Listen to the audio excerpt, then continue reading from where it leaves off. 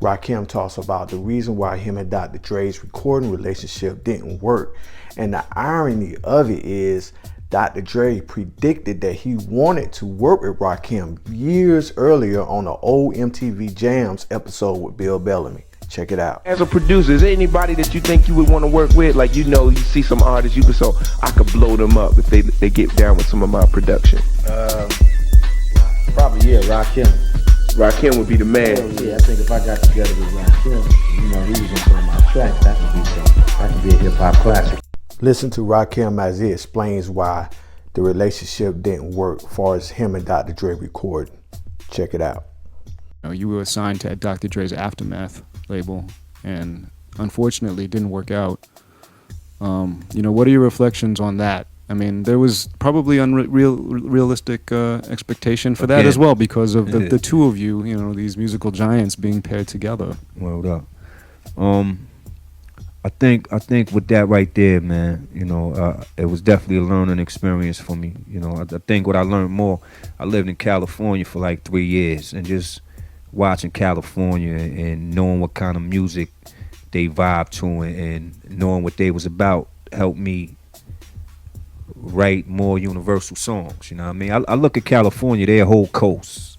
You can go triple, platinum on California on the coast alone. So they're a big part of hip hop, you know what I mean? So being able to live out there and really see how they was living, it just opened my pen up a little bit, you know what I mean?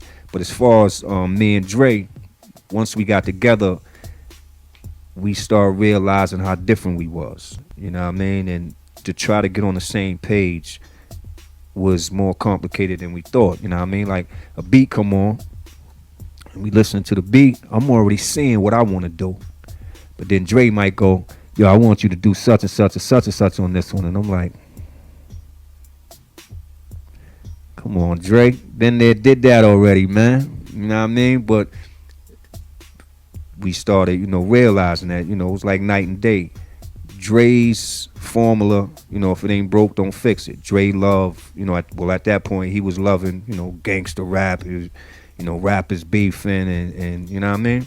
At that point, I figured I did that already. It was time to move on and just make good music. So, every time we sit down, a beat to come on, start listening to the beat.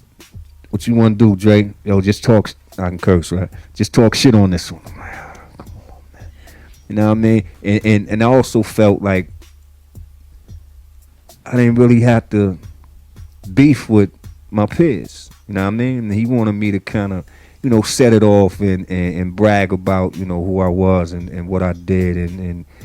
But at that point, I felt like they already know, man. And for me to brag about it, to take points away from, what I did and what I'm doing. But,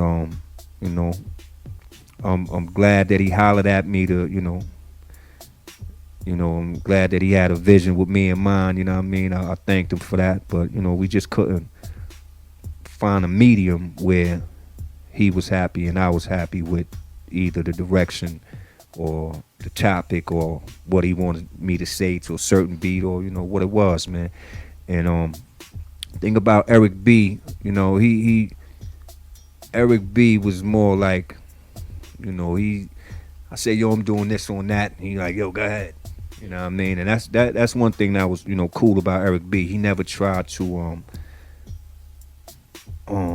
I don't know, detour my thought or tell me what I should be saying on the record, you know what I mean? He left that totally up to me.